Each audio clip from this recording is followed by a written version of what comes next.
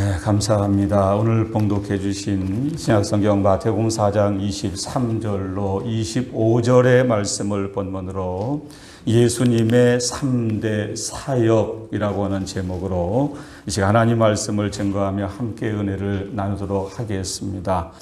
먼저 오늘 봉독해 드린 마태복음 4장 23절의 말씀을 우리 각자 여러분 예배당에 나오신 분들이나 가정에서 예배드리시는 분들이나 오늘 23절의 말씀을 우리 다시 한번 함께 읽고 오늘 말씀을 증거하도록 하겠습니다. 예수께서 온 갈릴리에 두루 다니사 그들의 회당에서 가르치시며 천국 복음을 전파하시며 백성 중에 모든 병과 모든 약한 것을 고치시니. 이제 오늘 마태복음 4장 23절에 예수님이 행하신 세 가지 사역을 중점적으로 이 시간 하나님의 말씀을 하나하나 살펴보면서 함께 은혜를 나누도록 하겠습니다. 첫 번째는 오늘 방금 읽어드린 23절 말씀을 보시면 예수님이 회당에서 가르치셨습니다. 여러분, 유대인들의 회당에 대한 역사는 주전 606년에서 536년경인 바벨론 포로 기간 중에 생겼다고 하는 것이 이스라엘 학자들의 공통적인 견해입니다.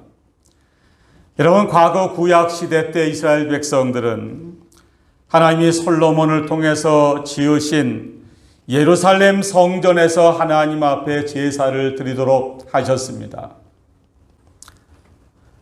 유대 백성들은 어느 곳에 살든지 1년에 한 3차례는 어김없이 예루살렘 성전에 나가서 하나님께 제사를 드렸습니다.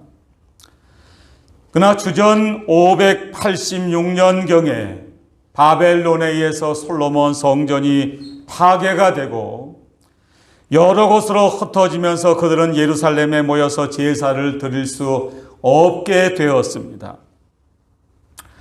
여러분, 그때부터 유대인들은 가는 곳마다 어디든지 반드시 회당을 세웠다고 합니다.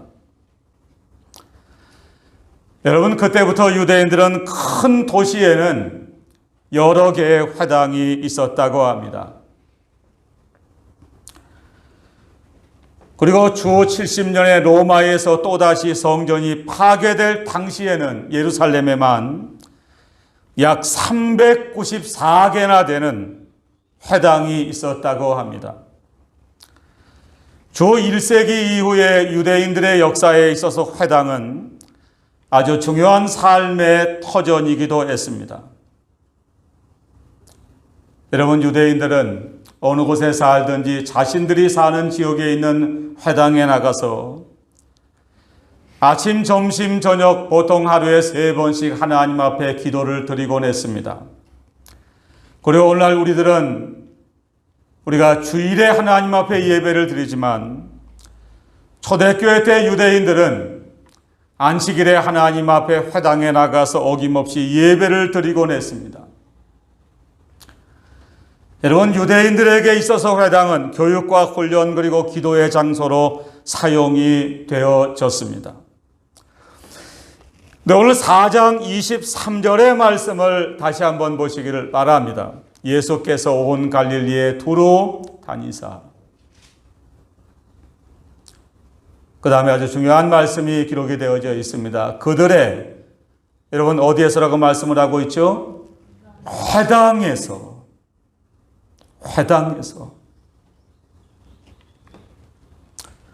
방금 말씀을 드린 것처럼 당시 회당은 유대인들에게는 뗄래야 뗄 수 없는 아주 중요한 삶의 장소였습니다.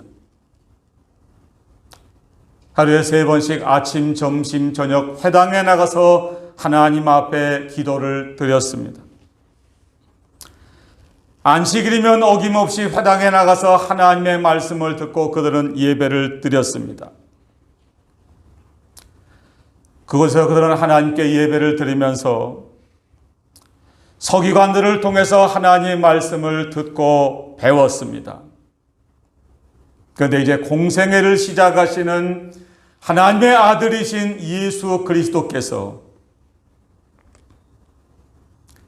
여러분 23절의 표현은 사실은 글자 하나하나, 단어 하나하나가 중요합니다. 예수께서, 그 다음에 한 글자 아주 중요한 단어가 등장합니다. 온 갈릴리에. 그리고 그 다음에는 비슷한 어감의 두 글자가 사용되고져 있습니다. 두루 다니사.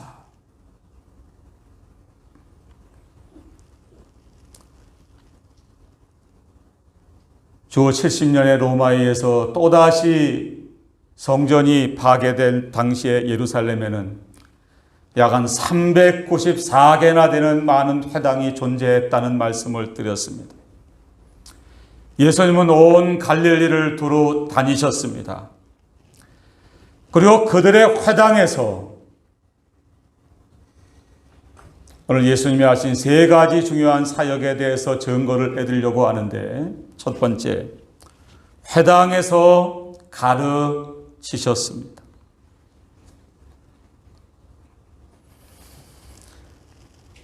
여러분, 예수님의 일생을 기록하고 있는 마태, 마가, 누가, 요한복음 4복음서를 보시면 오늘 마태복음 4장 23절로 25절의 말씀 외에도 예수님은 주로 회당에서 하나님의 말씀을 가르치셨다는 내용의 말씀을 기록을 하고 있습니다. 마가복음 1장 21절과 22절의 말씀을 제가 읽어드리도록 하겠습니다. 그들이 가버나움에 들어가니라. 여러분, 그 다음 말씀을 주목하시기 바랍니다. 예수께서 곧, 여기는 뭐라고 그랬죠? 안식일에, 오늘날 우리로 말하면 주일입니다. 그리고 똑같은 표현이 등장합니다. 회당에 들어가 가르치시매.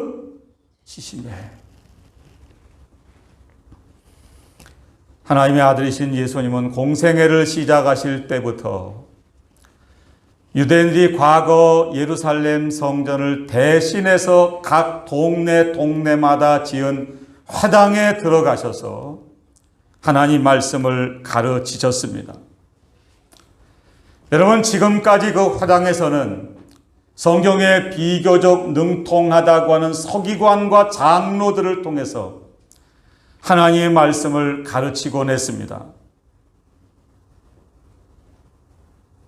네, 이어지는 마가복음 1장 22절의 말씀을 보시면 이런 말씀이 기록이 되어져 있습니다. 뭇사람이, 이 말은 많은 사람들이, 그런 뜻입니다. 그의 교훈에 뭘 했다고 말씀을 하고 있죠? 논란이라고 말씀을 하고 있습니다. 예수님의 가르치심을 들었던 많은 사람들은 예수님의 교훈에 놀랐습니다. 이런 그가 가르치는 것이 권위 있는 자와 같고, 그 다음에 마가는 예수님의 가르치심을 서기관들의 가르침과 비교를 하고 있습니다. 서기관들과 같지 아니함일러라.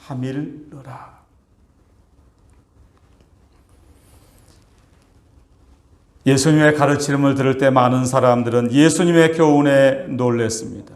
왜냐하면 예수님의 가르치심이 지금까지의 서기관들의 가르침과는 전혀 달랐기 때문입니다.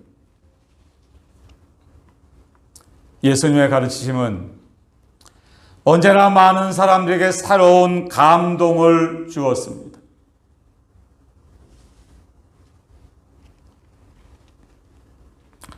수많은 군중들은 예수님의 가르침을 듣고자 모여왔습니다.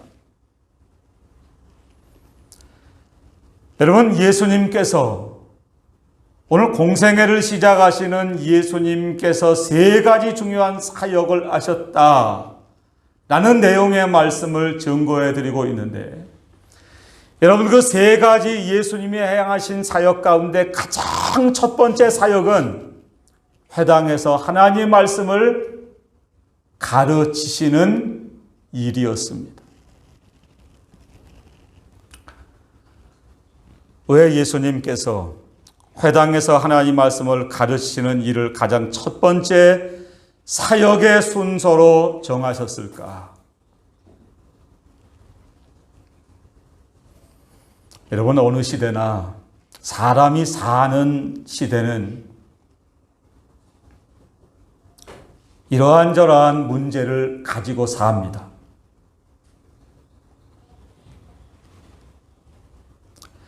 예수님의 가르침은 당시 이런저런 삶의 문제를 가지고 있었던 유대인의 삶의 문제를 해결해 주시는 가르치심이었습니다.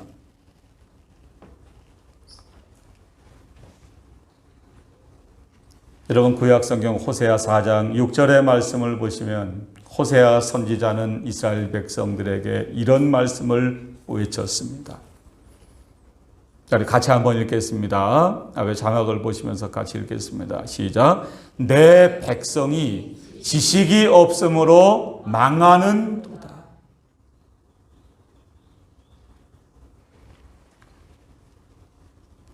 여러분, 사람은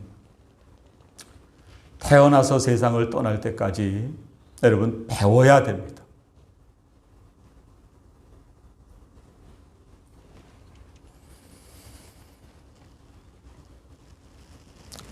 구약성경 다니엘 12장 4절을 보시면 여러분이 잘 아시는 말씀이 하나 기록되어져 있습니다. 다니엘아, 마지막 때까지 이 말을 간수하고 이 글을 봉함하라.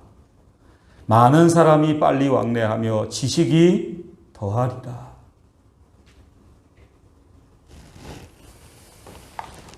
여러분, 하나님 말씀을 기록하고 있는 이 성경 말씀은 틀림없는 진리입니다. 성경은 다니엘 선지자를 통해서 마지막 때가 되면 많은 사람이 빨리 왕래하게 되리라고 예언을 하고 있습니다. 여러분, 울산에서 서울까지 몇 시간에 가시는 줄 아십니까? KTX를 타면 2시간 10분이면 갑니다.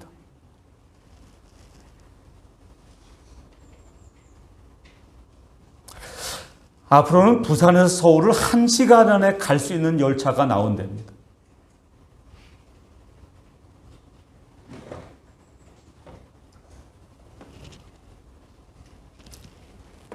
많은 사람이 빨리 왕래하며 지식이 더하리라.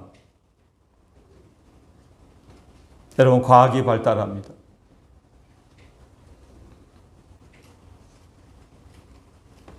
과학이 발달하고 문화가 발달합니다. 그런데 한 가지 문제가 있습니다. 많은 사람이 빨리 왕래하고 지식이 더해도 우리 사람들의 근본적인 삶의 문제는 해결할 수가 없다는 겁니다.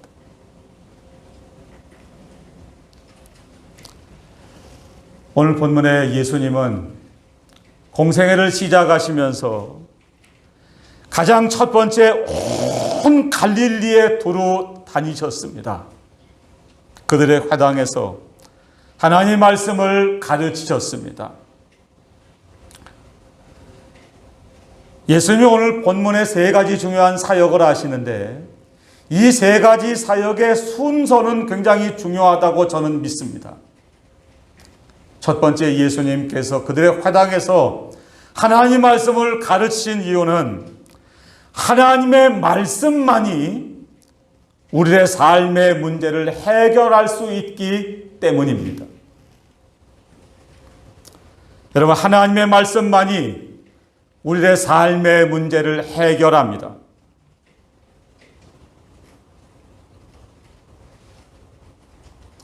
눈에 보이지도 않는 작은 바이러스 하나 때문에 온 세계가 혼란에 빠뜨려지고 말았습니다. 여러분, 인간의 과학이, 물질 문명이 아무리 발달을 해도 하나님의 말씀 없이는 우리 사람의 삶의 근본적인 문제를 해결할 수가 없습니다. 오늘 이제 2번째, 예수님이 행하신 사역은 천국 복음을 전파하셨습니다. 여러분, 계속해서 23절의 말씀을 제가 다시 읽어드리겠습니다. 예수께서 온 갈릴리에 두루 다니사 그들의 회당에서 가르치시며, 두 번째입니다. 천국 복음을 전파하시며.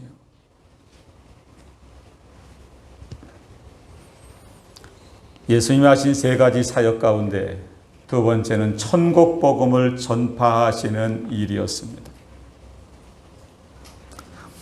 여러분, 성경을 보시면 조금 옆에 마태복음 4장 17절의 말씀을 보시기를 바랍니다.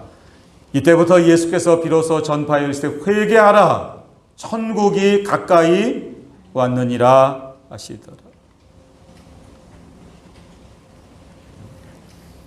여러분, 저는 목사입니다. 매 주일 강단에서 하나님의 말씀을 증거하는 설교자입니다. 여러분, 매 주일마다 제 머릿속에 있는 고민 아닌 고민은 어떠한 말씀을 증거해야 할 것인가라고 하는 고민입니다. 그런데 하나님의 아들이신 예수님께서 이 땅에 오셔서 공생애를 시작하시는 가장 첫 번째 외치셨던 말씀은 바로 마태복음 4장 17절의 말씀이었습니다. 회개하라 천국이 가까이 왔느니라.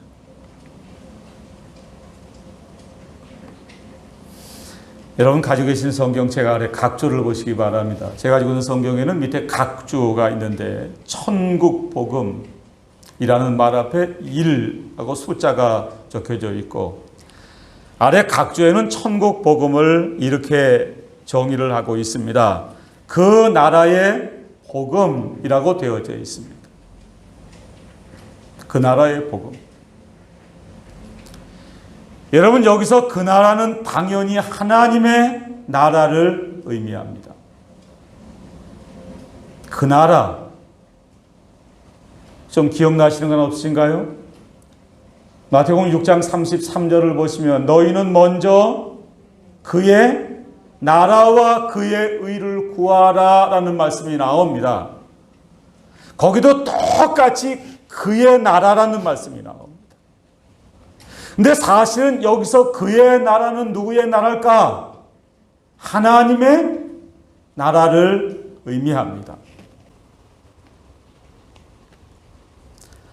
여러분, 사도행전 1장 6절 이하의 말씀을 보시면 예수님이 부활하시고 40일을 이 땅에 머물러 계시고 그 후에 예수님이 제자리 보는 앞에서 승천하시는데, 그 순간 제자들의 관심은 하나님의 나라가 아니었습니다.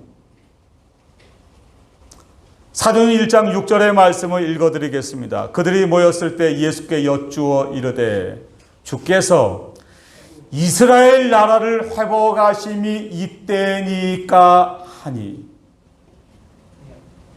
여러분, 여기서 제자리 예수님께 예수님, 주께서 이스라엘 나라를 회복하시는 것이 이때입니까? 라고 한 질문은 그 당시 로마 나라로부터 이스라엘 나라의 독립을 질문하고 있는 말씀입니다.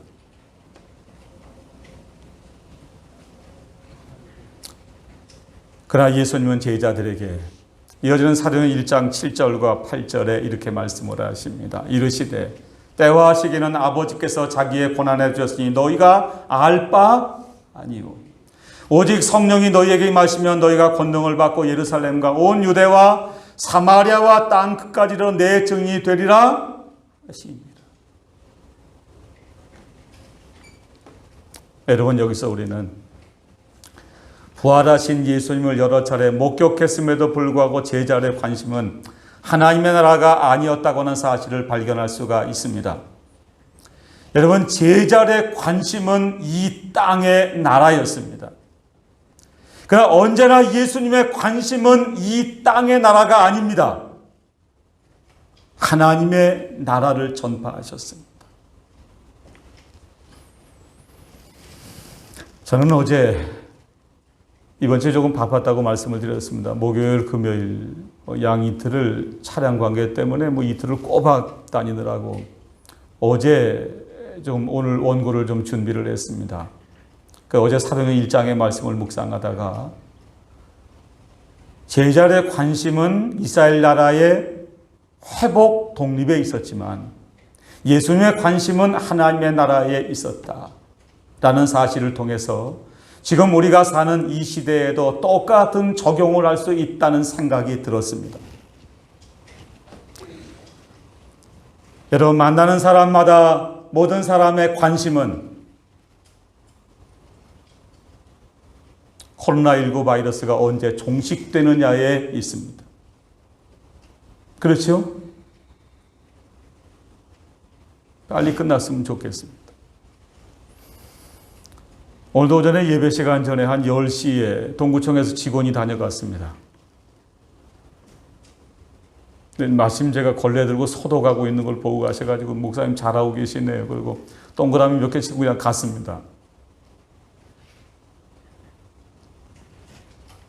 여러분, 물론 코로나19 바이러스의 종식을 위해서 기도해 주시기 바랍니다. 경제 회복을 위해서도 기도해 주시기 바랍니다. 그러나 이스라엘 나라의 회복이 예수님의 관심이 아니신 것처럼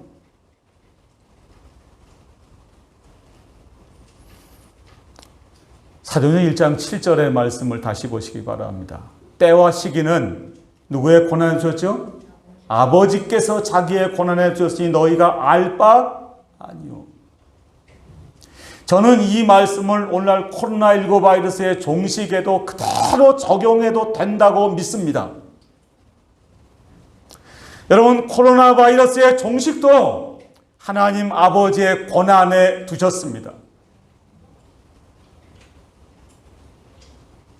우리가 해야 할 것은 무엇일까? 물론 코로나19 바이러스의 종식을 위해서 기도하셔야 되지만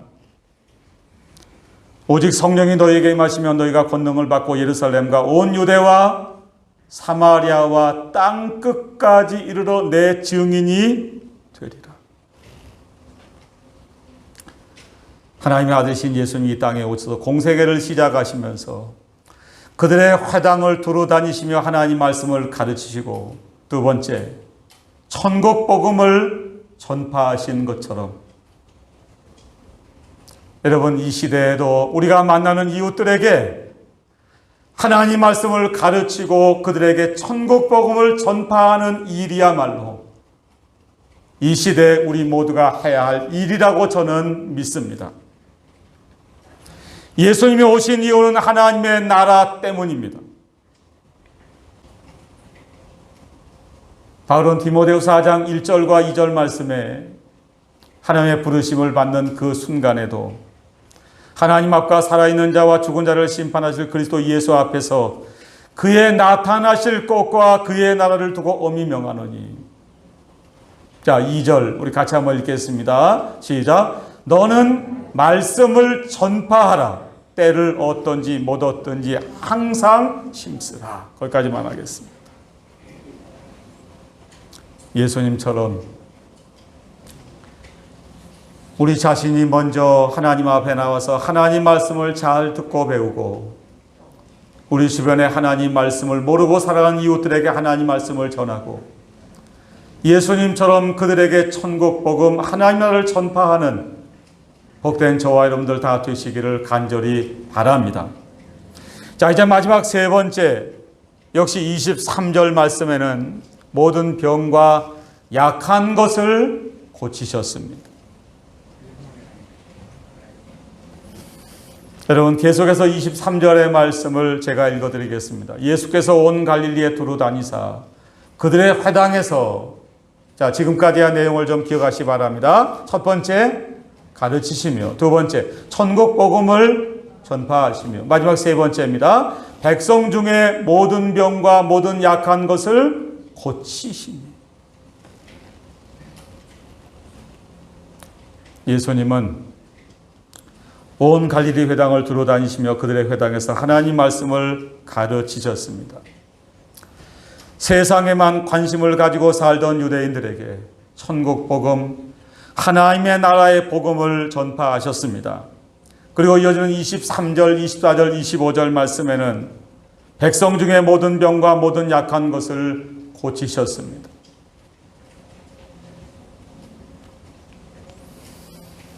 여러분 24절과 25절의 말씀을 보시면 짧은 본문은 이렇게 말씀을 합니다. 그의 소문이 온 수리아에 퍼진지라. 수리아는 시돈과 두로 지방이 속해 있는 도시입니다. 이방 지역입니다. 사람들이, 그래서 중요한 단어를 몇 가지 발견하시기 바랍니다. 모든 앓는 자, 곧 각종 병에 걸려서, 그 다음에 중요한 단어가 나옵니다. 고통당하는 자. 그리고 이제 몇 가지를 분류를 합니다. 첫 번째, 귀신 들린 자. 두 번째, 간질하는 자. 세 번째, 중풍병자들을 데려오니. 그리고 중요한 단어가 또 나와요. 그들을 고치시더라. 예수님의 소문이 온 수리아 땅에 퍼져나갔습니다. 사람들이 모든 앓는 자, 곧 각종 병에 걸려서 고통당하는 자, 귀신 들린 자, 간질하는 자, 중풍병자를 예수님 앞에 데리고 나왔습니다. 예수님은 그들의 병을 일일이 다 고쳐주셨습니다.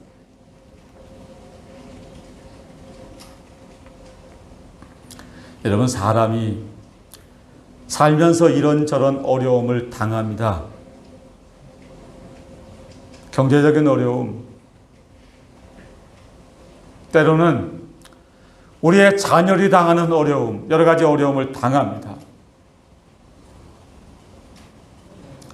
그러나 그러한 모든 어려움 가운데 가장 어려움은 육신의 질병으로 당하는 어려움이 아닐까라고 저는 생각을 합니다.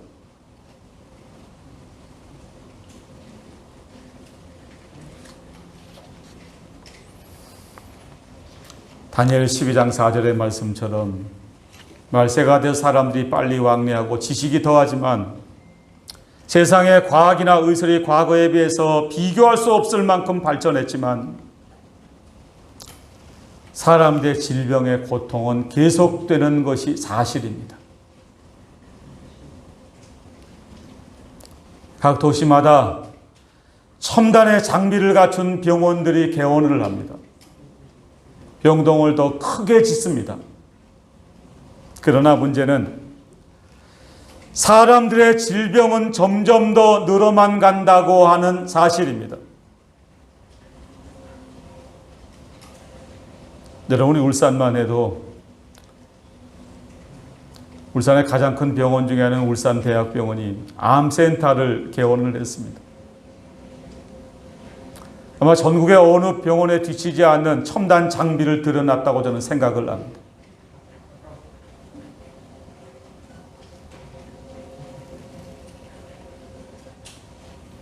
예수님은 온 갈릴리 회당에 두루 다니시면서 하나님 말씀을 가르치셨습니다.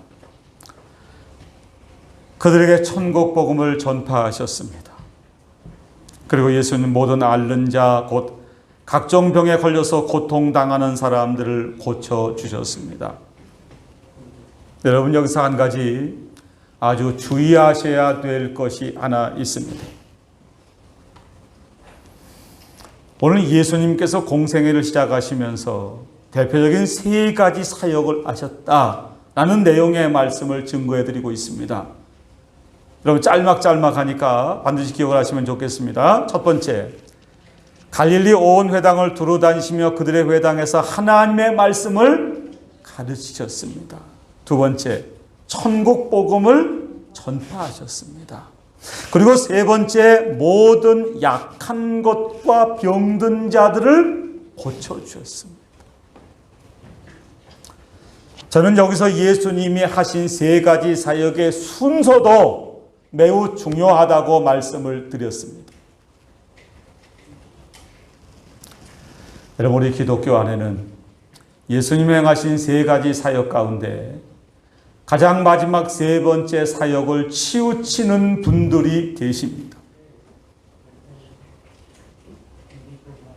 성경은 하나님의 아들이신 예수님이 이 땅에서 3년 반 동안 공생애를 하시면서 수없이 많은 병자들을 고치셨다고 말씀을 하고 있습니다.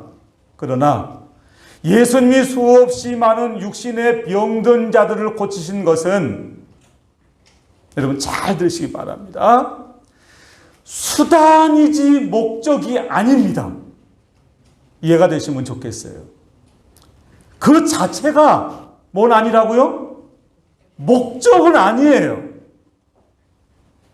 예수님의 목적은 하나님의 나라에 있으셨습니다.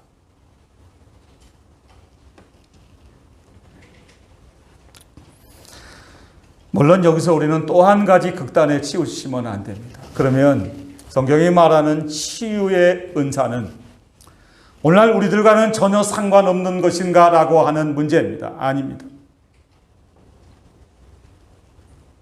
사도행전의 사도들도 예수님이 행하신 치유의 역사를 일으킨 적이 많습니다. 여러분 오늘날도 하나님이 복음을 처음 듣게 하실 때는 놀라운 치유의 역사가 많이 일어납니다. 예수님은 그들의 육신의 고통을 함께 아파하셨습니다. 그들을 불쌍히 여기시고 그들을 고쳐주셨습니다. 여러분 우리가 사는 이 시대에는 비단 영혼의 구원에 대한 문제가 가장 시급하지만 영혼의 구원뿐만 아니라 병든 육체와 마음도 예수님이 치료해 주신 것처럼 우리 주변에는 병든 육체 또 병든 마음 치료를 받아야 할 이웃들이 많은 것이 너무나 사실입니다. 지난주 금요일 아침에 시내에 있는 신경과를 다녀왔습니다. 여러분 혹시 오해하실까 봐 제가 원고에다가 괄호해 놓고 제가 진료를 받으러 다녀온 것은 아닙니다라고 적었습니다.